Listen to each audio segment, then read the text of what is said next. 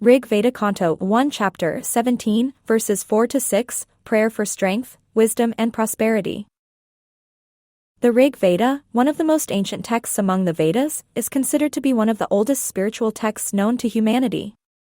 It is a collection of hymns dedicated to many deities, a reflection of the religious beliefs, practices and aspirations of the people of ancient India. Among its many hymns, Rigveda 1.17 hymn is particularly famous for its worship of the gods Indra and Varuna. This hymn is not only a religious hymn, but it is also an intense prayer for strength, wisdom and prosperity. The selection of verses 4-6 makes it clear that spiritual and material concerns were interlinked in the Vedic approach.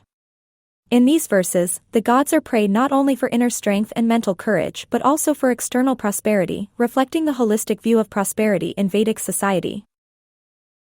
Verse 4, Prayer for Strength and Wisdom. This verse is a prayer for divine power and wisdom. The text states as follows. May we be partners in the power you give us.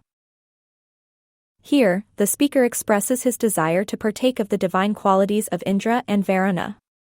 Indra is considered the god of power and victory, commonly associated with storms and wars. Varuna, on the other hand, is considered the god of cosmic order, water, and morality. Together, these two gods represent a balanced form of power and justice. This shloka not only prays for personal strength, but it also asks that strength be accompanied by wisdom and compassion. This reflects the Vedic belief that strength, whether physical or mental, must always be coupled with wisdom and compassion. Verse 5, Praise of Indra and Varuna. This verse praises Indra and Varuna. Indra and Varuna, worthy of praise among thousands of givers, are the powers that deserve the best praise. This shloka highlights the generosity of both the gods. Indra is known for giving countless gifts, while Varuna is praised for his moral authority and duties. The shloka also states that both these gods deserve the best praise, which shows their greatness and respect in the Vedic society. This verse is both an expression of worship and an acknowledgement of the inherent qualities of these deities. Indra's role is prominent as the bestower of prosperity, victory and majesty, while Varuna's function is to protect the cosmic order, signifying the need to maintain morality and world order. Verse 6, Prayer for Protection and Prosperity. This verse focuses on the material aspect of life, particularly possessions. Through his protection let us obtain great wealth, and accumulate it, enough and yet have enough to spare, and let it be ours. This shloka prays for material prosperity with divine protection. This prayer is not just for the accumulation of wealth, but it is also a wish for prosperity that ensures security and generosity. It shows that with the protection of the gods, devotees not only acquire wealth, but also gain the ability to spend it judiciously and distribute it to society. In Vedic society, property was necessary not only for subsistence, but also for performing yajnas, hospitality, and maintaining social order. Hence, this prayer for property indicates a responsibility that leads to a need to lead an ethical and prosperous life. A major theme of these verses is the collective invocation of Indra and Varuna. These two gods represent two complementary aspects of the universe. Indra, the god of war and storms, symbolizes power, action and victory. Varuna, the god of the seas and cosmic order, represents moral authority, truth, and the balance of the universe. This balance exemplifies the Vedic view that both power and order must exist. A person who receives blessings from both these deities not only gains the power to overcome problems but also the wisdom to act according to cosmic truth and order. This is relevant even in modern times, where the right use of power must be based on high moral principles. Another important theme is the relationship between wealth and spirituality.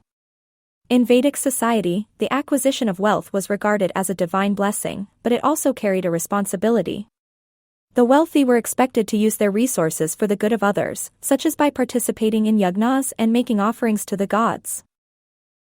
Thus, the prayer for wealth was not just for personal gain, but also reflected a sense of contribution to society and spiritual enrichment.